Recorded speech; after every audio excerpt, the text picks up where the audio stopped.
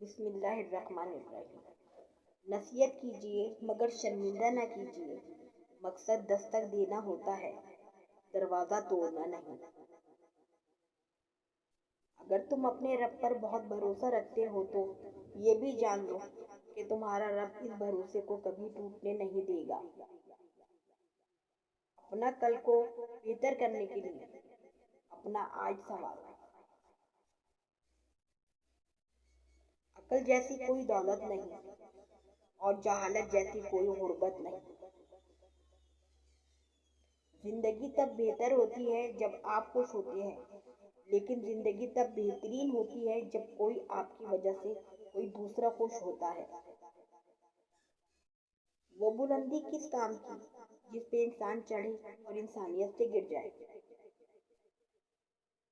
لفظوں کے بھی ذائقے ہوتے ہیں، بولنے سے پہلے چکھ لیا کریں۔ اگر انسان صابر ہو تو اس سے کی گئی ہر زیادتی کا جواب عرش سے آتا ہے۔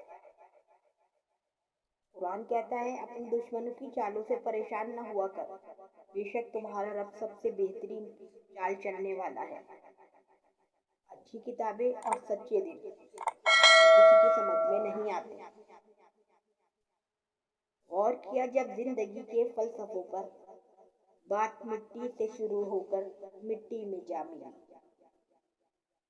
وقت ایک سا نہیں رہتا، دکھ سکھ ساتھ ہیں، لیکن وہ وقت اچھا ہے جو یاد الہی میں گزرے۔ ہم اکثر ان لوگوں کو ڈھونڈتے ہیں جن سے ہم محبت کرتے ہیں، اور ان لوگوں سے بے خبر رہتے ہیں جو ہم سے محبت کرتے ہیں۔